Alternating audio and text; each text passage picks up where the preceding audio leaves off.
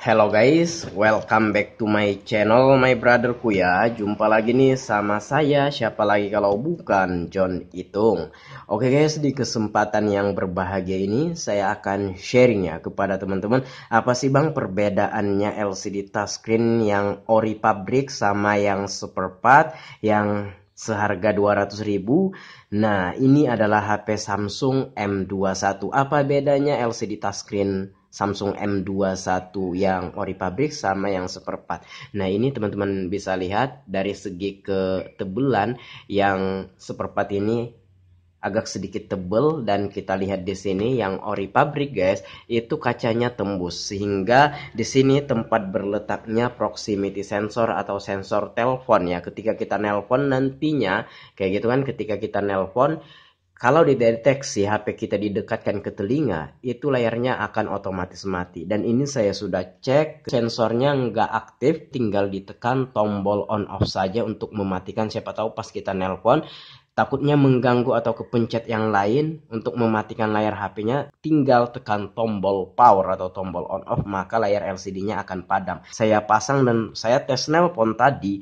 Nah, itu layar LCD-nya tidak padam sama sekali, juga nggak mati otomatis. Nah, untuk mematikan seperti kataku tadi, tinggal tekan tombol on off. Itu saja perbedaannya. Dari segi ketebalan agak sedikit tebal, dan ini proximity sensornya nggak bisa difungsikan ya. Sensornya atau proximity sensornya berada di sini.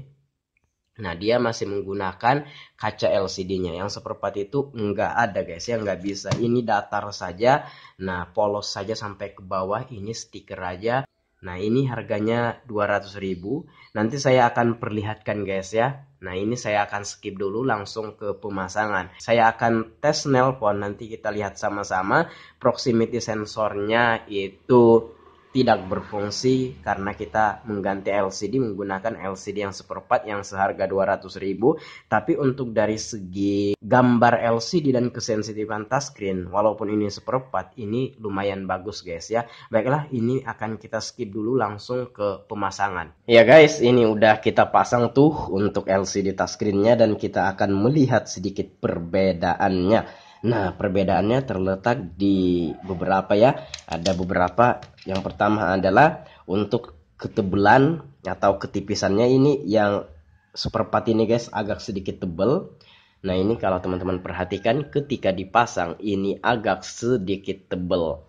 Tapi nggak apa-apa guys ya. Di sini paling tidak cahayanya tidak ada yang bocor dari pinggirnya ini. Nah, oke. Jadi walaupun agak tebal, ini masih nggak apa-apa, ini masih wajar saja. Itulah perbedaannya. Yang Superpad yang harga 200.000 ini agak sedikit ketebalan kayak gitu guys ya. Nah, dan untuk LCD touchscreen yang ori pabrik itu tipis guys ya, bagus kayak gitu kan. Itulah perbedaannya. Nah, kalau dari segi gambar LCD dan kesensitifan touchscreen mungkin nggak perlu kita bahas ya. Ini standar yang Superpad bagus-bagus saja untuk gambar LCD-nya. Mau sama saja, mau kurang lebih 11-12 saja sama yang ori pabrik untuk gambar LCD-nya. Dan untuk kesensitifan touchscreen-nya itu sensitif banget guys ya, selayaknya ori pabrik. Dan ini sudah kita cek, sudah kita tes ya, kayak gitu kan. Nah, dan juga sebentar, ini saya akan kasih tahu dulu. Ini kalau orang nelpon guys ya di LCD yang seharga 200.000 ini, nggak tahu guys ya apakah cuma LCD ini saja atau LCD yang lain-lain juga begitu. Tapi baru pertama kali saya beli Superpad, ketika nelpon layarnya itu seperti bergelombang, seperti TV zaman dulu, kayak turun naik gitu. Nah, coba saya akan tes nelpon, tapi nantilah kita akan tes nelpon. Dan saya akan jelaskan juga bahwasanya di sini ada sedikit perbedaan. Ini kan proximity sensornya kan terletak di sini, dan di sini yang LCD ori pabrik tuh kita lihat. Nah, ini kan kacanya tembus kayak gini. Nah, dari sinilah proximity sensor itu lewat, ya kan.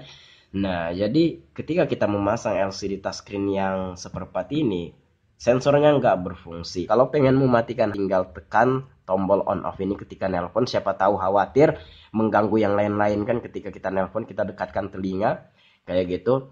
Nah, itu saja guys ya. Proximity sensornya tidak akan berfungsi ketika kita mengganti LCD touchscreen ini menggunakan LCD Superpad guys ya. Nah, oke, ini adalah LCD-nya. Harganya 200.000, terjual udah 131 saat saya buat video ini. Kita akan tes nelpon untuk mengecek proximity sensor, dan untuk LCD-nya agak sedikit kayak ada gelombang-gelombang, bukan juga bergaris guys ya. Ketika ada telepon kayak gituan, sejenis jaringan yang terdeteksi gituan. Kalau HP zaman dulu kan kalau orang nelpon sebelum masuk kan titit titit. Nah, HP zaman dulu.